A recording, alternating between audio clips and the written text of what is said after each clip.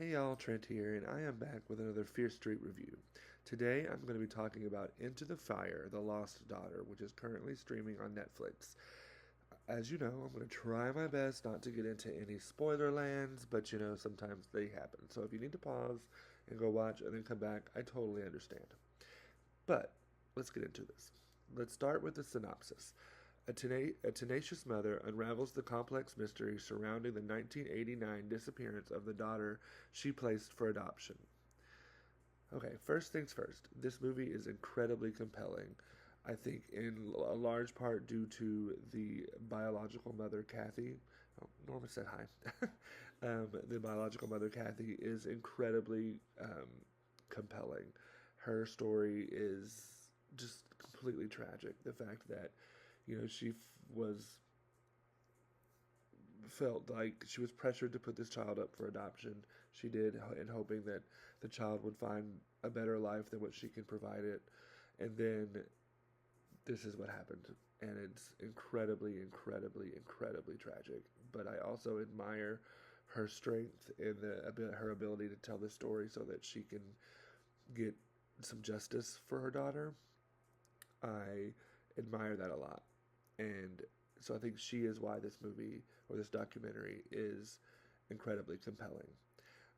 I want to first mention too, though, that when the movie starts, there's a lot of names thrown at you really, really quickly, and it can be a little overwhelming. It took me about roughly 15ish minutes to really settle in and get into like, okay, this is who each of these people are. It's very fast, so just be aware of that when you go into it. This obviously, this documentary further highlights how our system completely underserves young people. The fact that no one believed this girl as she was trying to tell them what was happening to her, and everyone believed her abusers over her was just it's incredibly sad. And I wish that I could say that this was better, so many decades later, but here we are. Um, it, it's just her only support system were her fellow young people. There was no adults that we see in the movie anyway that were protecting her, were helping her, were giving her the support that she desperately needed, and it's just completely tragic. I'm going to talk a little bit about this adoptive mother, Brenda. She is, in my opinion, just as culpable, just as responsible as to what happened to her daughter.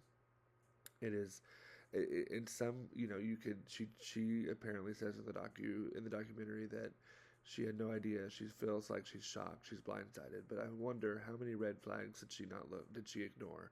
How many times did her daughter tell her what was happening and she didn't believe her? How many times can this happen? Like this, it just it the amount of white women specifically that will ignore the red flags of their husbands is just astounding to me, and I don't understand it. And in my opinion, she is just as responsible for what happened to her daughter, and it's infuriating, honestly. Um, so, in retrospect, in overview, right, I'm going to give this movie 4 drinks out of 5. With this documentary, 4 drinks out of 5. I think the twists and turns are keep me on the edge of my seat. I think the Kathy is such a great protagonist. I think that I it's well paced. It brings you into the world. Like I said, it does kind of like throw you into it, but like once you get settled in, I think that it really tells the story well. So 4 out of 5. Have you seen this movie? Do you agree? Do you disagree? Let me know in the comments. And as always, make sure that you stay fierce out there.